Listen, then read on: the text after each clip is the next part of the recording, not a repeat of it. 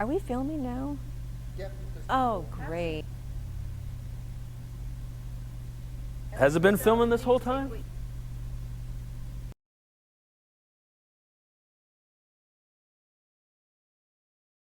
Noah, my name is Jenifer Gover Littlesun. I am Skeety. I come from the Pumpkin Vine clan, and from the Pumpkin Vine clan, I come from the Crow clan. My Pawnee name is Lasharo, and that means woman chief.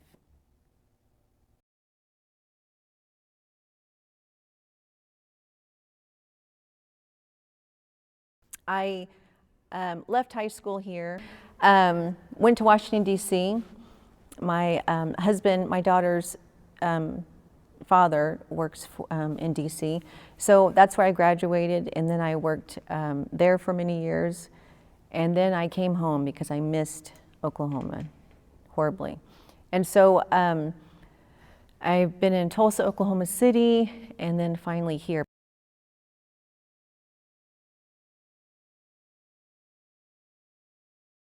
Right, so the reason why we're in the roundhouse here is because this roundhouse is really precious to me as well as it is to a lot of our Pawnees. My first memory, besides my Uppets house, is the roundhouse. And when we were little, I'd say like the ages between 5 and 8 is where I really remember. We would come here to the roundhouse for war dances, and our parents, my dad and all of my uncles and aunts would let me and my cousins go outside, and we would all play Indian football until someone would get hurt, and then we'd ask if we could go and play. And so I was always told, okay, well, you better be back before the sun goes down, when the war dance is over. So don't make me come and find you. So I knew that I better be back. And so the way that I remembered to come back is, when the dance is over, you can always hear the men walking out of the roundhouse with their straight dance bells on their legs, and you could always hear the cadence. I always remembered my dad's cadence because when he walked, I could tell his bells. So the bells became an alarm for me. So whenever I knew I heard the bells, boy, we would book it back to the roundhouse so that, that I could be back before he'd have to yell for me. And he would always tell me how important it was for us to come back. One of the reasons why he would say that was because my cousins and I would be out exploring the buildings, and they were always beat up on the inside, and there was always graffiti written inside of them, and we'd try and scare each other. And so we'd come back and we would tell our dad about what we explored and the funny things that happened. And we would think it'd be funny that there'd be graffiti inside of the buildings. And he would remind us, that's not funny. And we need to take care of our things. And this is why it's so important for you guys to grow up, to get your education, travel, do all you can, and then bring all that back to the reservation, because we need you. We need your education. We need your ideas to make us better. And so my entire life, I've always remembered that. I've always remembered the sound of his bells and coming home. But this time I really came home because I'm ready now to bring back what I have. And I'm honored to do that.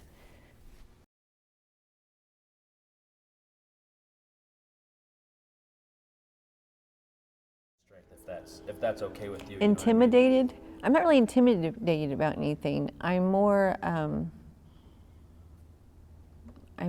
excited about it. What's got you so excited to work for the Pawnee Nation? What's exciting to me is this is my tribal nation. This is my home. It's serving my family. It's working shoulder to shoulder with other people that care about our nation. That's exciting to me. And to me, there's no greater job to have than to come home and work for your own people. And to be able to have the opportunity to bring everything that I have, along with all the other talented and smart directors, managers, all the team that works here, everybody brings something, and I'm so proud to be a part of that, because I know I worked my entire life to come home and to work specifically for my tribe. Well, and also we're in a hard time right now with COVID because of the Great Resignation, right? Like everybody's resigning to go do what they've always wanted to do. So that's part of it too. It's just we're in the middle of a labor evolution. You know, people don't like what's going on, but this is real-time evolution, and it's what it looks like.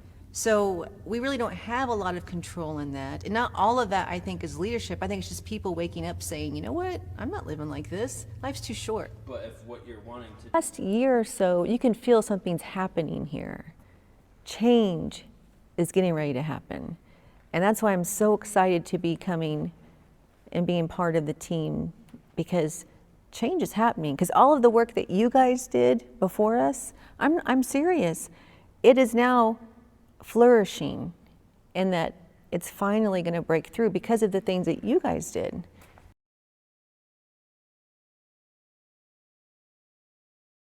So there's a couple of things that I think that I would love to see for our nation, and I think other tribal citizens will too, and other tribal staff members will see that they want as well, is I really would love to see our nation be a destination place to work, for a career, to build a family. I would love to build multiple revenue streams for our staff, to where no one should have to rely on just their paycheck. We should have great benefits that would allow us to have stock options, savings accounts, and different life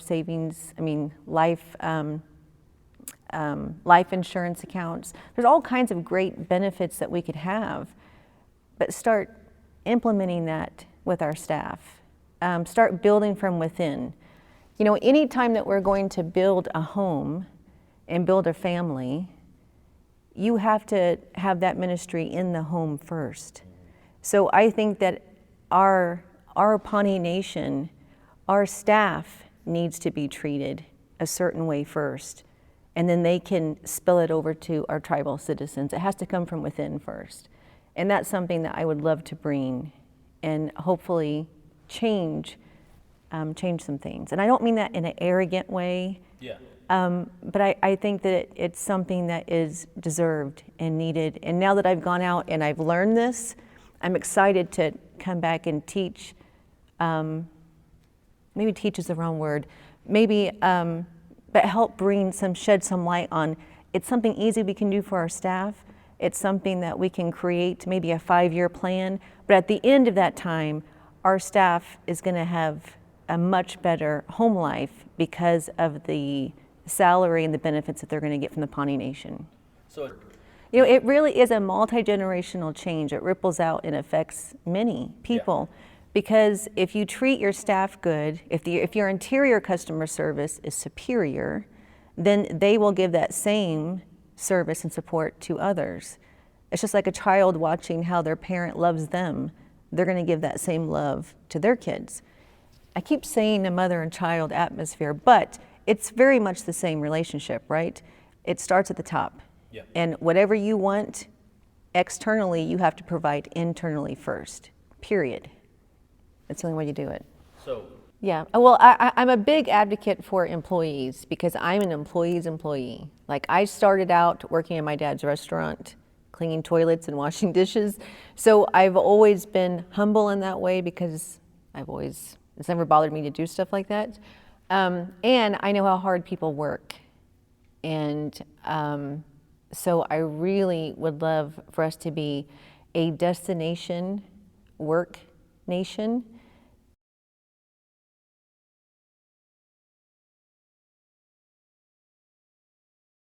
Pawnee Nation. I feel prepared because in my life and my career, I've made a lot of mistakes.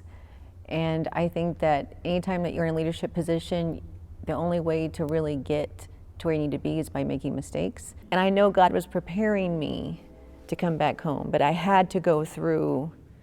So then how do you come back from those mistakes? Again, you just say it.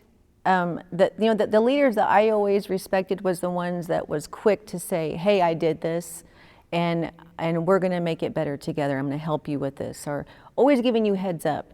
Even if you didn't like what they said, you respected what they said because they were honest and they owned it. They never blamed someone else. So, and I was listening to podcasts.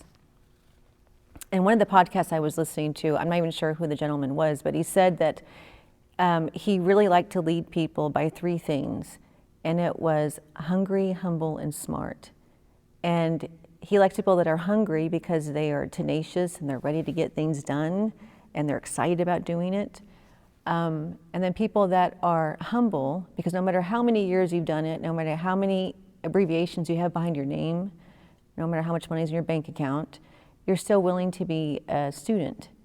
Whenever I would see people, in fact, I'll tell you this, whenever I was hiring managers or directors, whenever they were getting ready to come in for the interview, I would on purpose ask our gentleman, Mr. Wilson, who does the vacuuming and sweeping, to come into the waiting area, and I would have him vacuum, and I would have him be kind of irritating a little bit.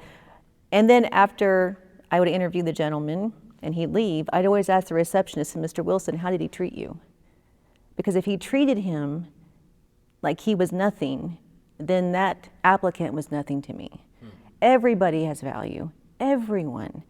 And that really shows your character whenever you can treat everyone the same, rather than only treat someone special if someone you think is important in the room. So it's really important.